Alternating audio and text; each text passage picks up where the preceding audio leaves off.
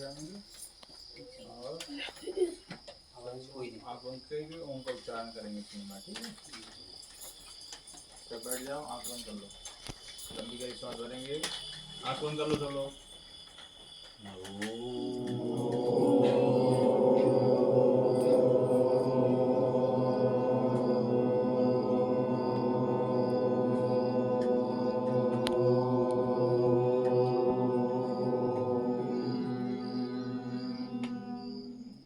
फिर सांस भरेंगे,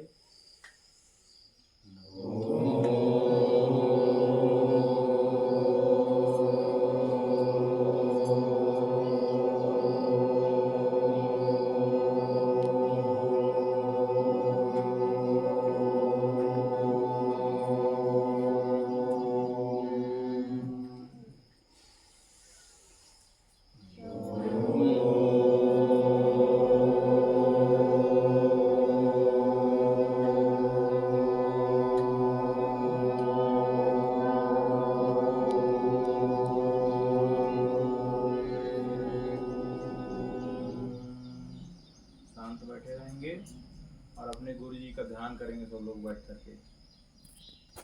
अपने गुरु जी को अपने अंदर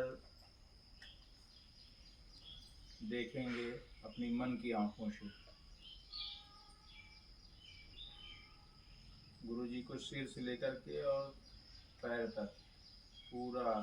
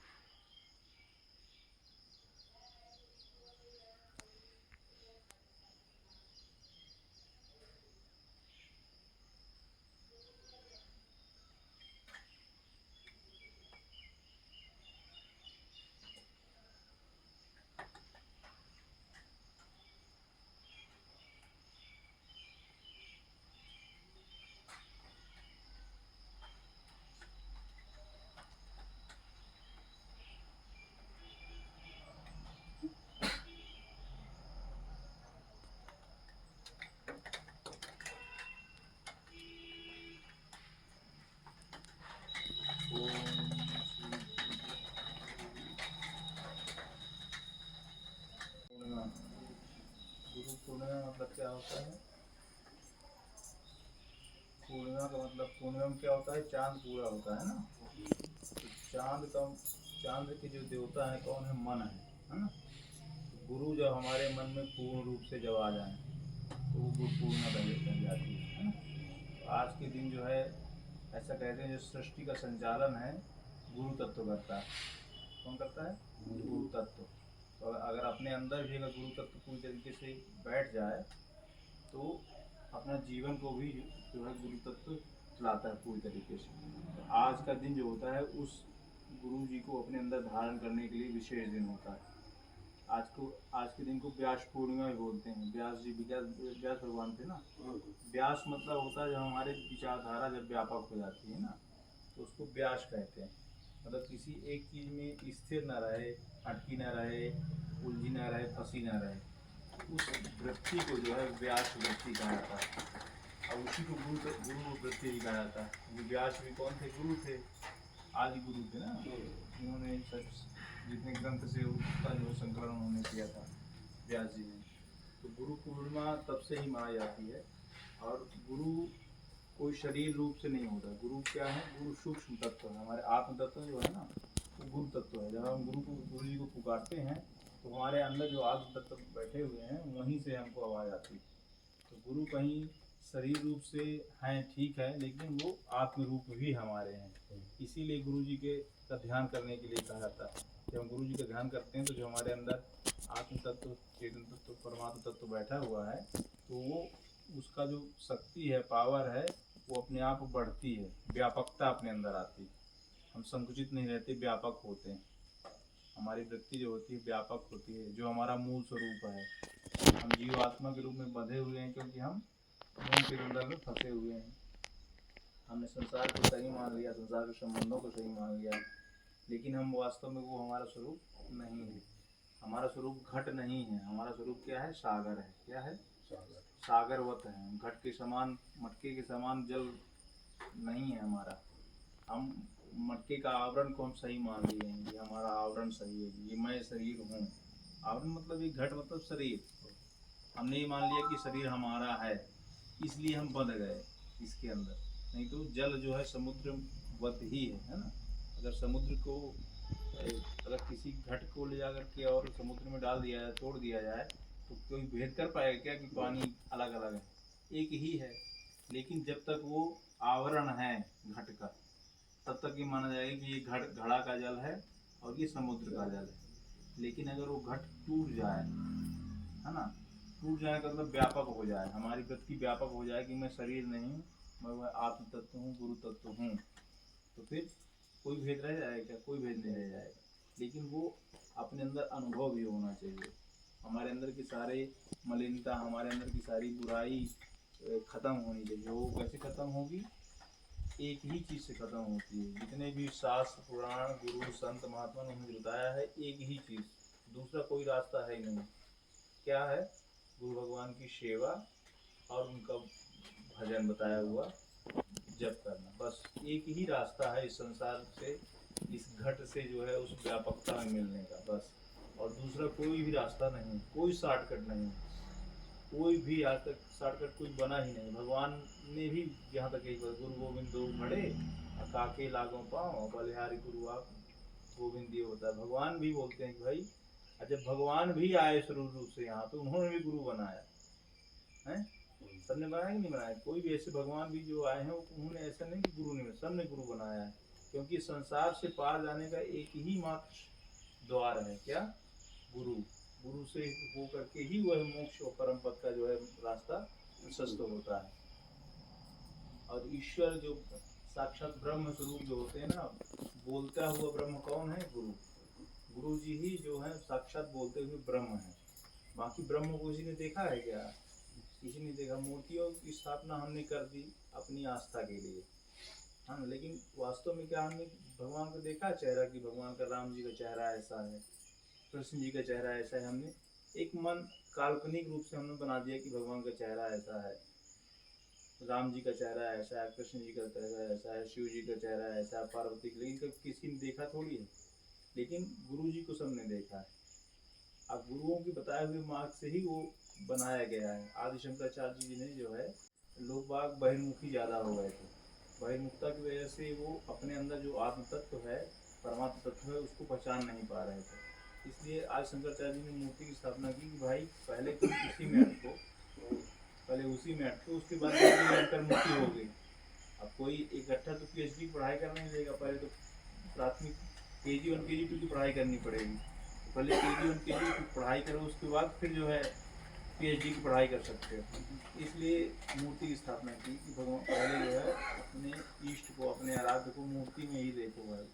इसके बाद धीरे धीरे जो है अंतर्मुखी हो गए, जब वृत्तियाँ शांत होंगी, पूजा करते करते, तो अपने आप ईश्वर जो बाहर दिखता था वो अपने अंदर ही दिखने लगेगा। इसको किसने बताया? गुरुओं ने ही बताया।